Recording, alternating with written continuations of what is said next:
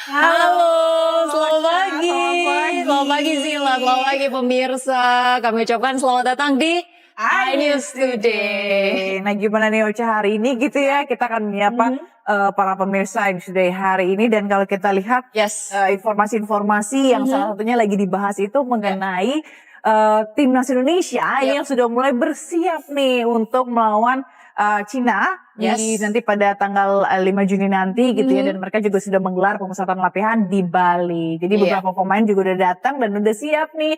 Bahkan ada yang udah memprediksi loh skornya berapa. Wah, pokoknya dari Patrick Kluivert sendiri tampaknya sangat optimis untuk menghadapi pertandingan dengan China kali ini, dan kita juga nantikan semangatnya, optimismenya seperti apa. Jangan sampai kalah begitu ya, karena jadi udah semangat, udah pede, kalah lagi dan kan yang berulang-ulang lagi gitu kesalahannya. Ya, karena China sendiri juga katanya mengatakan siap mati-matian bertarung dan akan membawa squad ataupun tim terbaik. Jadi kita nantikan semangat dan juga agresivitas pemain kita di perjalanan menuju Piala Dunia 2026 kali ini ya. Kamu jadi gak sabar ya, Caya?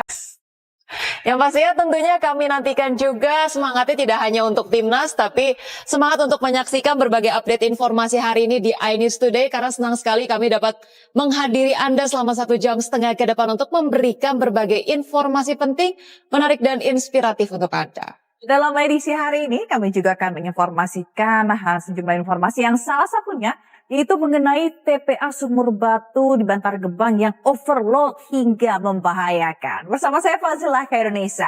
Ya, dan saya Rosalinci pemirsa, inilah iNews Today selengkapnya untuk Anda.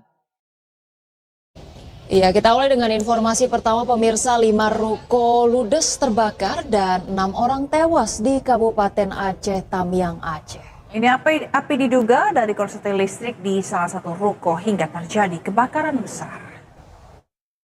Polisi menangkap 8 pelaku pemalsuan produk kosmetik di Bekasi, Jawa Barat. Iya, pelaku menjual kosmetik di sejumlah toko online hingga meraup untung miliaran rupiah.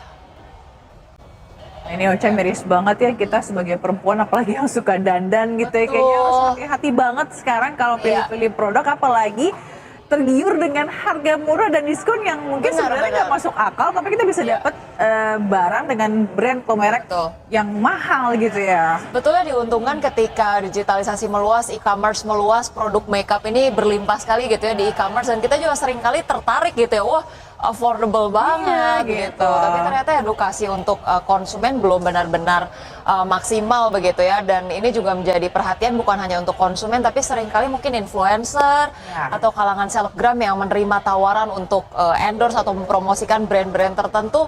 Balik lagi ya, ini bertahan lama di e-commerce saya ternyata pengawasannya kurang gitu ya, sampai baru ketahuan sekian lama gitu.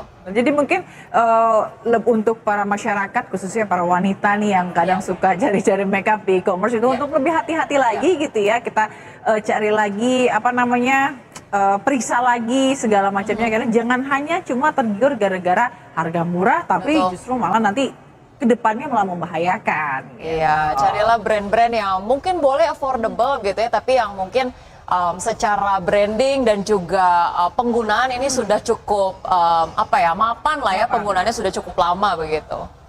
Oke pemirsa, kita ke informasi selanjutnya, di mana teror pecah kaca bangunan sekolah di SMP Negeri 46 Sukabagun, Kecamatan Sukarami, Palembang, Sumatera Selatan viral di media sosial. Iya, sebanyak 36 keping kaca jendela dari 10 kelas perpustakaan dan pos satpam hancur dipecahkan pelaku menggunakan martil terekam CCTV.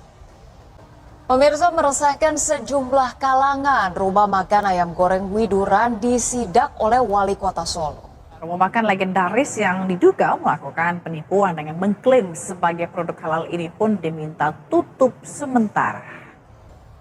Nah, ini sangat mengecewakan begitu ya, rumah makan yang juga sudah beroperasi lama sekali disebut rumah makan legendaris. Ini tentunya cukup mengagetkan bagaimana kemudian peran-peran otoritas terkait udah ada label halal tapi kemudian tidak terverifikasi sampai baru ketahuan saat ini ya. Benar, apalagi ini juga sudah menjadi sesuatu yang digemari dan legendaris tadi seperti Ocha bilang gitu ya. Tentunya banyak pasti masyarakat yang sudah mengkonsumsi ayam ini gitu, dan sayangnya ternyata mengandung non halal. Tapi kalau kata pegawainya ternyata memang kremesannya aja yang digoreng menggunakan minyak non halal begitu. Tapi ya kita tetap menyayangkan ya peristiwa ini, semoga kedepannya tidak ada lagi, dan untuk para pelaku usaha diminta untuk transparan, jujur begitu ya, karena kan memang banyak masyarakat yang memilih untuk mengkonsumsi yang tidak halal. Dan lagi-lagi kita harapkan juga ya otoritas terkait ini betul-betul bisa memverifikasi dan melakukan pemantauan berkala.